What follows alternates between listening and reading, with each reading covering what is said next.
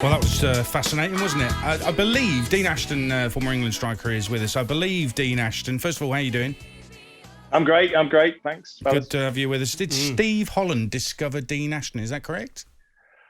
He certainly did, yes. I was playing for my county side and he happened to be there scouting for Crewe at the time. And he saw me play, went over to my dad and said, is your boy the number 9? And my dad said, yes, it is, yeah. And he said, look, he's a little bit chunky, but he certainly knows where the back of the net is. We'd love him to come down to Crewe and train with us and see if he enjoys it. And that was the sort of start. So he clearly saw something in me as a player, but not only that, he then didn't just leave it there. He saw it all the way through, right to the point when I made my England debut. He was someone that I lent on. He was someone that always sort of was in my corner, and somebody with vast experience who, especially in my lowest times as a player and as a striker, when you're low on confidence, he was probably one of those people, or he was the person that would come to me and just say the right thing, help me in the right areas to develop as a player and as a person. Is he made to be a number 2? Because when you look at him then, you hear him speak, he seems to almost enjoy being in the background and being the brains behind everything and not take too much praise. Is he just made to be that number 2? I'm sure he would love to, take on a management role at some point. He probably still feels like he's young enough to manage. But in terms of his personality, from how much I know him, I would say he just suits that role so well because he's not happy. He is happy to not take the limelight, and he's happy when he's on the training pitch developing players. I mean, he finished football when he was 21 years old and started coaching. And so he's got such a wealth of experience, right from the youth team all the way through to the first team, to Chelsea, to players like John Terry, Lampard, Drogba, now working with the likes of Harry Kane. And that experience, I think, alongside a manager, and I'm sure Gareth, leans on Steve a hell of a lot for his experience and his coaching knowledge. I think he's happy in that role, not taking the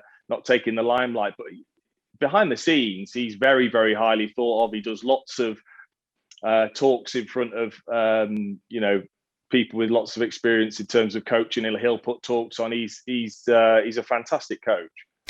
And what we're seeing at this tournament, Dean, is England changing, adapting systems, personnel, game by game, dealing with the opposition. Does that smell of Steve Holland? Does that got his mark on it? Yeah, definitely. I mean, like he says, I'm sure there's a team, and him and Gareth will speak extensively about what they want to do. But if you look at the celebrations, he's the first one, isn't he, that's keeping his cool, thinking about tactically what we're doing next. How do we adjust now that goal's gone in, and how does that affect us? How does it affect them? He's very clinical, I think, in that thinking. But I think what's really big about Steve, and whenever I ask players that I played with, and certainly players that have been coached by him, is his sessions are fantastic. Now, I know it's easy to say that, and Goffey, you'll know about this. I'm sure you've had many coaches over the years, especially number 2s. Is some number 2s will have a flamboyant personality. They want to be the players' mates. It's all about banter and that sort of thing. Now, Steve isn't necessarily like that. It's about the training pitch. It's about putting on sessions, especially for top players. And it's difficult with top players to put on sessions that mentally stimulate them. Because a lot of them are very young as well, and it's hard to keep their attention. Now, I know that sounds ridiculous thinking about elite athletes, but it is. Players get bored if the training's not enjoyable, doesn't stimulate them. Have we lost Dean? We'll try and get Dean back very shortly. What we do need is Dean to send Darren his goals graph on WhatsApp. I'm fascinated. I am fascinated by the goal graph.